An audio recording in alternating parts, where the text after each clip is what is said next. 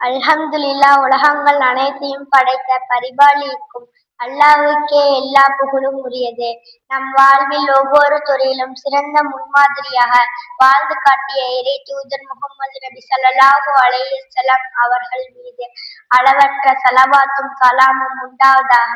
அன்பிற்குரிய பெரியோர்களே, மதிப்பிற்குரிய உலமாக்களே, அன்பு சகோதரர்களே, இன்று நான் உங்களுடன் பகிர்ந்து கொள்ள விரும்பும் தலைப்பு நபிகள் நாயகம் ஸல்லல்லாஹு அலைஹி வஸல்லம் அவர்களின் எளிமையின் ரூபம். எளிமை இஸ்லாம் கற்பிக்கும் உயர்ந்த பண்பு. இன்று உலகம் ஆடம்பரத்தையே பெருமையாக கருதுகிறது.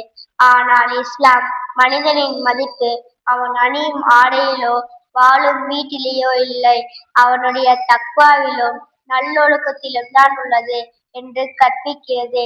இந்த உண்மையை தனது வாழ்க்கையால் உலகிற்கு எடுத்து காட்டியவர் நபிகள் நாயகம் ஸல்லல்லாஹு அலைஹி வஸல்லம் அவர்கள்.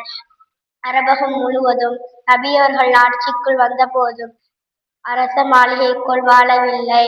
அன்னை ஆயிஷா ரலியல்லாஹு அன்ஹா அவர்கள் கூறுகிறார்கள், சில நேரங்களில் எங்கள் வீட்டில் தொடர்ந்து 2 மாதங்கள் அடுப்பு எரியாது. பேச்சம்பழமும் தண்ணீரும் தான் எங்கள் உணவாக இருந்தது.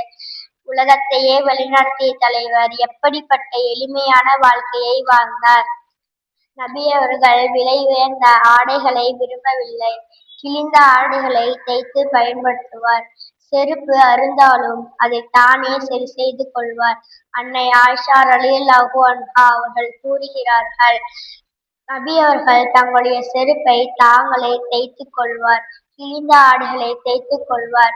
வீட்டு பணிகளில் உதவுவார். இன்று சிறிய வேலைகளை கூட மற்றோரிடம் ஒப்படைக்கும் நமக்கு இது மிகப்பெரிய பாடமாகும். நபி அவர்கள் வீட்டில் இருந்தபோது நான் இறை தூதர் என்று தனித்து அமர்ந்திருக்கவில்லை. குடும்பத்தினருக்கு உதவுவார். ஆடைகளை பால் கரைப்பார். வீட்டு பணிகளில் பங்கேற்பார். இதுவே உண்மையான குடும்ப தலைவர் எப்படி இருக்க வேண்டும் என்பதற்கு சிறந்த எடுத்துக்காட்டாகும். ஏழைகளுடன் அமர்ந்து உணவருந்துவார்கள். அடிமைகள் அழைத்தாலும் அதை ஏற்றுக்கொள்வார்கள். நோயாளிகளை சந்திப்பார்கள். குழந்தைகளுடன் அன்பாக பழகுவார்கள்.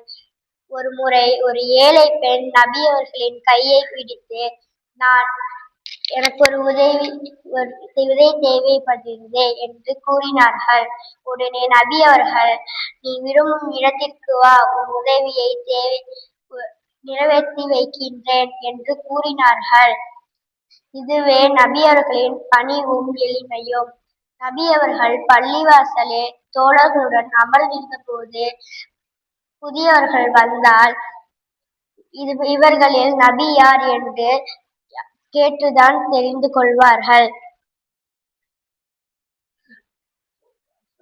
ஏனெனில் அவர்கள் தனி சிம்மாசனமோ தனி அலங்காரமோ இருக்கவில்லை. மக்களோடு மக்களாக வாழ்ந்தார்கள். நபி அவர்கள் வயிறு நிரம்ப உண்வதையே வழக்கமாக இருக்கவில்லை. கிடைத்ததை உண்வார்கள். கிடைக்கவில்லை என்றால் பொறுமையாக இருப்பார்கள். ஒரு முறை வீட்டில் உணவு இல்லாத போது, நான் இன்று நோன்பு நோக்கிறேன் என்று கூறினார்கள். நாம் கற்றுக்கொள்ள வேண்டிய பாடங்கள். நபி அவர்கள் எளிமை பல பாடங்கள் கற்றுத்தருகிறது. ஆடம்பர வாழ்க்கையை தவிர்ப்போம். வீண் செலவை குறைப்போம். ஏழை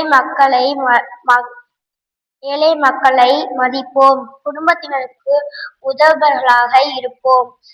பணிவு, எளிமை ஆகியவற்றை வாழ்க்கையின் அடிமையாக மாற்றிக்கொள்வோம். அன்பிற்குரியவர்களே, நபிகள் நாயகம் ஸல்லல்லாஹு அலைஹி வஸல்லம் அவர்கள் உலகின் மிக சிறந்த தலைவர். ஆனால் அவர் வாழ்ந்த வாழ்க்கை மிக எளிமையானது.